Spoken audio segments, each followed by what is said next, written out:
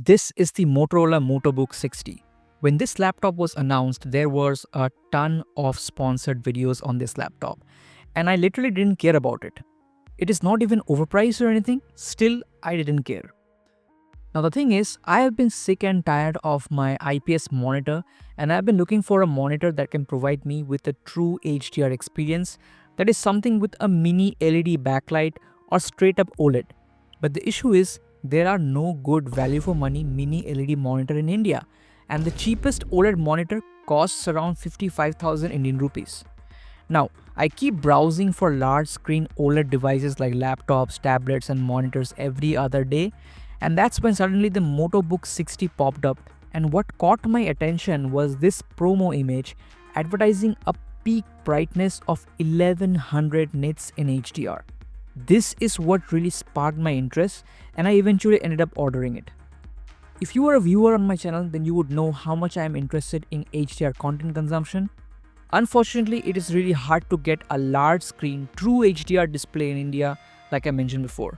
But this 1100 nits figure absolutely hooked me to this laptop, as it's easily much brighter than the Galaxy Tab S10 Ultra, which also features a 14-inch OLED panel and costs more than double the price. Meanwhile, the Motobook 60 can be had for under 45,000 Indian rupees, which is crazy good value for money. So in this video, I'll share my full review of the Motobook 60, but before that, make sure to hit that subscribe button and turn on notifications. With that said, let's get right into the video. So let's start with the star of the show, that is the display, and it is incredible. Okay, for context, I have used OLED laptops before.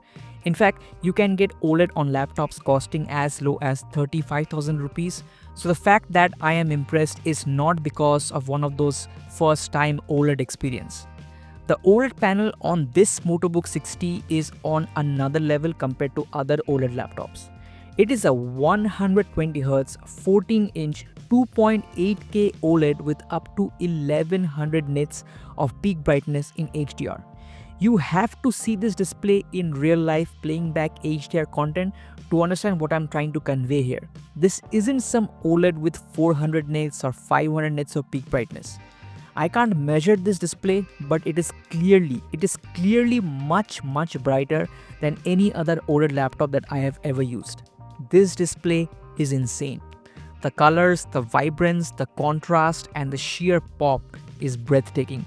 HDR impact is dazzling.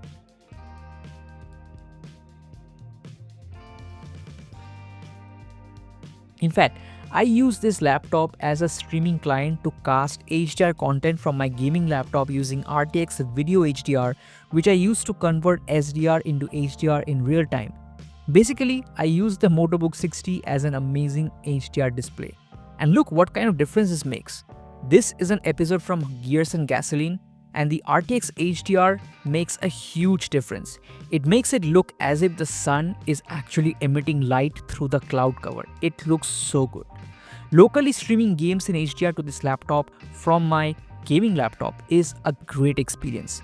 The HDR in games just pops, man. Bright, vivid colors, dazzling highlights, just an overall great experience.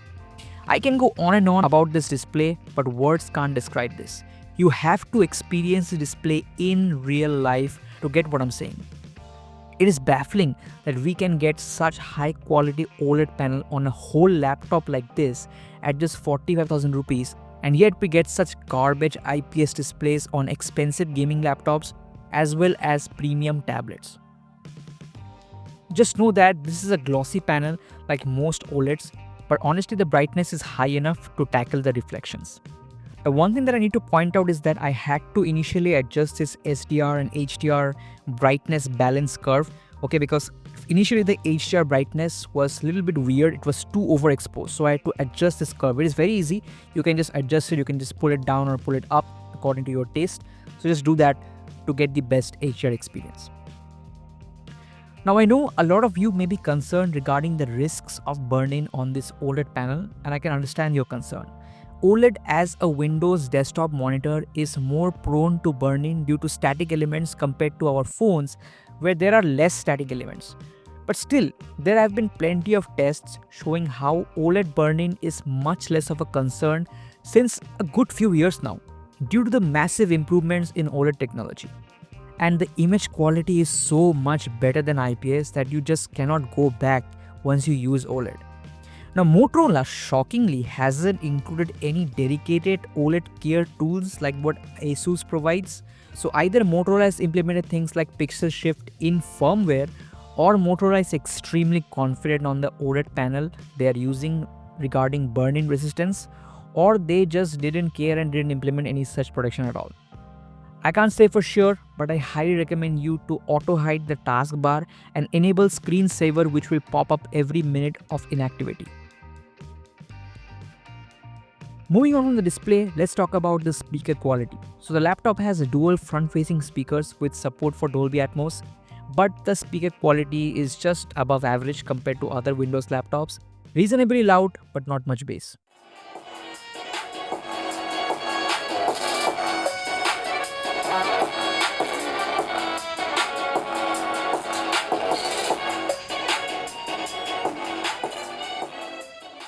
Next, let's talk about build and design. The Motobook 60 is basically using the same chassis as the Lenovo IdeaPad Slim 5.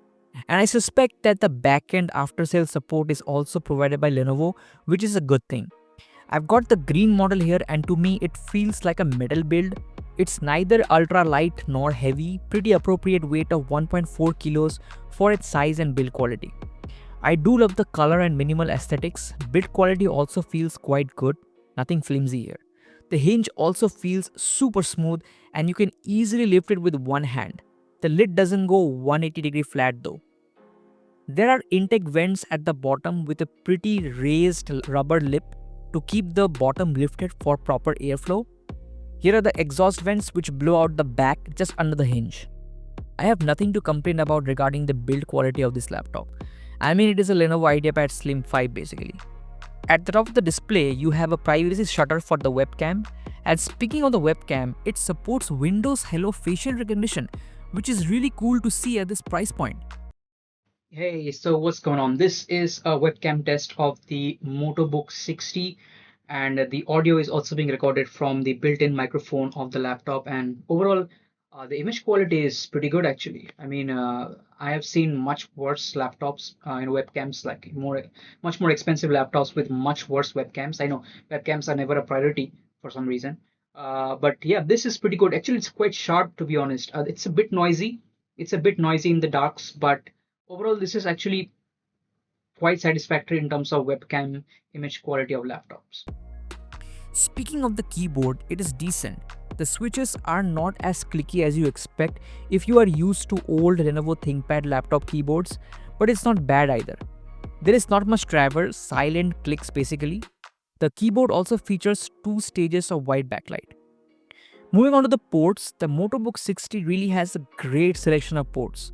On the left, there is a full-sized HDMI, 2 Type-C 3.2 Gen 2 10 gigabits per second ports, one of them featuring power delivery, while both support DisplayPort 1.4. So theoretically, you can connect up to 3 external monitors at the same time, at least 2 for sure. Also, you have a 3.5mm audio combo jack. On the right, you have 2 USB Type-A ports. I think these are USB 3.2 Gen 1 5 gigabits per second, along with a micro SD card slot. It would have been so amazing if this was a full-size SD card slot, but it's okay. And you also have the power and sleep button. I tested the Type-C port with my Portronics 10 gigabits per second enclosure, which has a PCIe Gen 4 drive inside. And running the Crystal Smart benchmark proves the 10 gigabits per second bandwidth as we hit the expected 1.1 gigabytes per second read and write. Great stuff. Okay, before we look into the specs and performance, here's a quick look at the internals. And this is another great positive. RAM is not soldered despite being a pretty compact laptop. You can replace the sticks and go up to 32 gigabytes if you are into photo and video editing. Also, dual M.2 NVMe PCIe Gen 4 slots, one of them supporting full-size 2280 drives, which means you are not limited to expensive 2242 or 2230 drives. Nice. For the storage, this model comes with a 512GB NVMe Gen 4 SSD from SK Hynix, and we're getting great speeds all around from this drive. Finally, there's support for Wi-Fi 7, but surprisingly, it's a MediaTek Wi-Fi card instead of an Intel card, which is normally what comes with Intel laptops. But if you feel the MediaTek card is not performing well for you, you are in luck because the Wi-Fi card is also replaceable. I didn't have any issues with the Wi-Fi though, but having the option to replace the Wi-Fi card is great. Alright, now let's talk about specs and performance. The Motobook 60 is powered by the Intel Core 2 210H, which is nothing but a rebranded Intel Core i5-13420H with a slightly higher single-core boost clock, which is not even guaranteed to reach. So essentially, it's the same thing. Remember, if the CPU doesn't say Intel Core Ultra, then it's not an Intel Meteor-like chip. Instead, it's some Intel 12, 13th or 14th gen rebranded chip, which are all the same almost at an architecture level. It features 4P and 4D cores with 12 MB of L3 and 7 MB of L2 cache. Nonetheless, this is a good CPU, pretty capable for this price. You will often find it in gaming laptops where it runs at much higher power limits. The CPU is paired with 16 GB of DDR5 5600 MT/s RAM running in dual channel, which can be expanded like I said before. I ran some basic benchmarks, so here's Geekbench 6, and the performance is exactly what you expect from an Intel Core i5-13420H because this is essentially the same CPU. If you are coming from a world of smartphones, the CPU performance is on par with what you find on a Snapdragon 8 Elite. However, the iGPU performance, which is honestly not a priority for these kinds of chips as these are supposed to be paired with dedicated GPUs in gaming laptops, is not great. It's more like Snapdragon 8 Gen 1. The Snapdragon 8 Elite GPU is nearly 3 times faster. We will take a quick look into gaming, but before that I wanted to do some productivity tests. First, I tested some 4K 60 FPS YouTube video playback and it's perfectly fine. No dropped frames after initial starting hiccup when I loaded the video. Maybe my Wi-Fi was slowed down for a second, but all good here. Next, I want to test some video editing. So for this, I'm using DaVinci Resolve because Resolve takes good advantage of Intel's iGPU's QuickSync media engine. Now, most people test rendering speeds, but to me, what's more important is timeline scrubbing performance. Is it relatively smooth or not? So first, let's test 4K 25 FPS 8-bit H.264 100 Mbps footage from my Sony ZV-E10 mirrorless camera. And as you can see, the playback is perfect. This is full 4K preview as well, no dropped frames. CPU usage is also low and the QuickSync decoders are handling the playback. Scrubbing is also very smooth as well. But let's see scrubbing with color grade applied and it is still smooth, guys. You can see the GPU's media decoders are working hard and it's effective. Obviously the load will increase as you apply transitions and heavy GPU effects and all that. Next, let's test 4K 24 FPS 10-bit HEVC 422 footage from a Sony a7S III. This is much harder to decode and you absolutely need hardware acceleration to be able to play back this footage smoothly on the timeline. And the Intel iGPU does have hardware acceleration for this demanding codec. So let's see.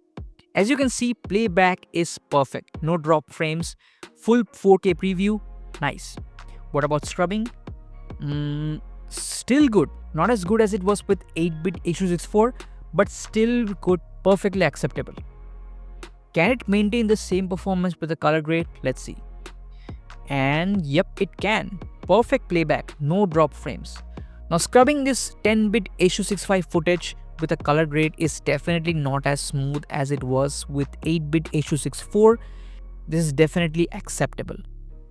Now let me show you what happens when you try to play back footage which the iGPU cannot decode in Resolve. So this is 4K 120 FPS H.264 8-bit footage from the A7S III and can't play back at full speed.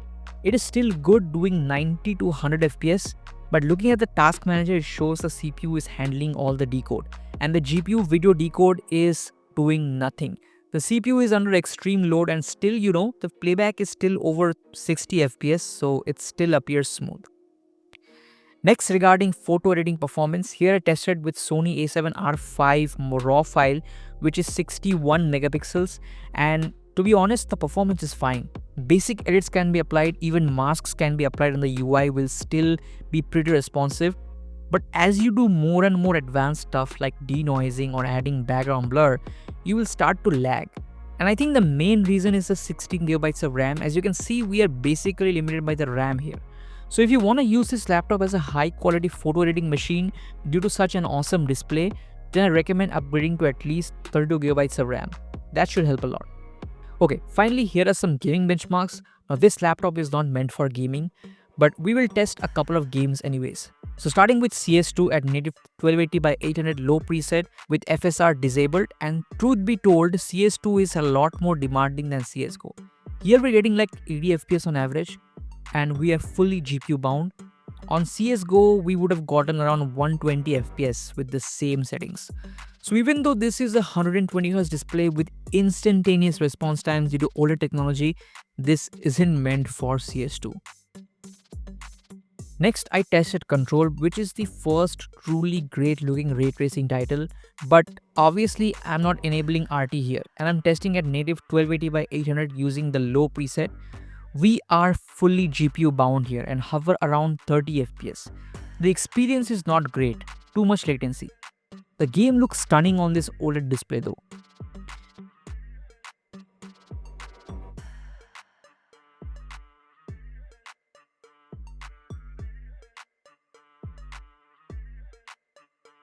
But you can enjoy older games like Far Cry 4, which is the best Far Cry in my opinion. Here I am testing at 1440 by 900 medium preset, and you can manage in between 50 to 60 FPS. And honestly, this thing is, this display is so good that even these old games at medium settings still look tremendously awesome. And it's genuinely a perfectly acceptable experience. I mean, I played this game at like 23 FPS at one point in my life at like 480p. This experience is like a million times better than that. Finally, GTA 5 Legacy Edition, 1280 by 800 at high settings, and here we are averaging just over 30 FPS in the open world. But the frame time graph is smooth, so the gameplay is smooth. It's alright, it's playable. Going down to all normal settings would give you another 10 to 15 FPS, which will be a lot more playable in my opinion. Overall, this isn't really a laptop for gaming, but if you have a gaming laptop or desktop, then this laptop can be best suited for local HDR game streaming using sunshine and moonlight, which is what I do on this laptop like I mentioned earlier. Okay, now Motorola also provides a bunch of neat ecosystem features with their Moto phones. It is enabled by the Smart Connect app. So you can access the apps on your phone via app streaming.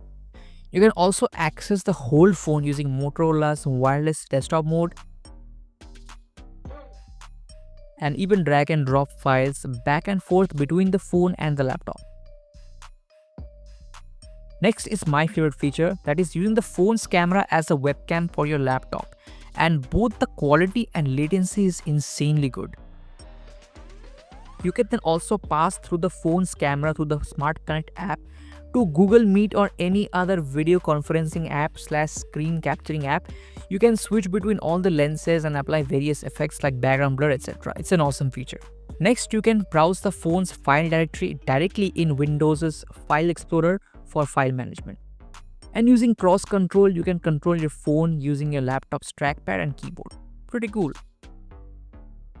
Finally, regarding battery life, now I don't have concrete numbers for this, but I checked the idle battery drain and it is a little on the higher side at around 12 watts. This is mainly because of the 8 series Intel processor. I feel a U series chip could have been a better choice for this category of laptop, as those use silicon that is meant for peak efficiency, whereas this is basically a gaming laptop CPU. Also remember, this laptop is using DDR5 SODIMM RAM instead of using soldered LPDDR5 RAM, which would have helped lower the battery usage a bit more, but again, I prefer DDR5 SODIMM upgradable memory over soldered RAM any day of the week. During a 1080p 30 fps video playback, the battery usage rises to around 14 to 15 watt, which indicates around 4.5 hours of YouTube video playback. That said, in real world mixed usage, you can expect around 5.5 to 6 hours of battery life from this 60 watt hour battery. Now, I also wanted to mention the biggest con that I felt while using this laptop, and that's really the poor performance of Windows 11. I really cannot blame the laptop. I have both Windows 10 and 11 dual booted on my gaming laptop, and Windows 10 is just way smoother and snappier than Windows 11. So even though this laptop has such a good looking, fast and responsive 120Hz OLED display, Windows 11 animations will often stutter here and there. I would be using this laptop personally. I would install Windows 10 instead and migrate the drivers from Windows 11 to Windows 10. I have a tutorial for this on my other channel. Alright, that was my review of the Motobook 60. I'm extremely impressed by it. I mean, in order to get just a display like this will already cost you well over 40,000 Indian rupees. And this thing comes with a whole ass computer attached to it. It is crazy good value. Like I said, this is awesome as a content consumption machine and even better as a local HDR game streaming client. It's also perfectly capable of office productivity, coding, and even some photo and video editing. Cons include kind of slightly below average battery life for this category of laptops due to using a gaming laptop CPU, and the really average user experience thanks to Microsoft's Windows 11. Other than that, this is a fantastic laptop for the money. Okay guys, thank you so much for watching this video. Consider hitting the subscribe button. Take care and I'll catch you in the next one. Peace.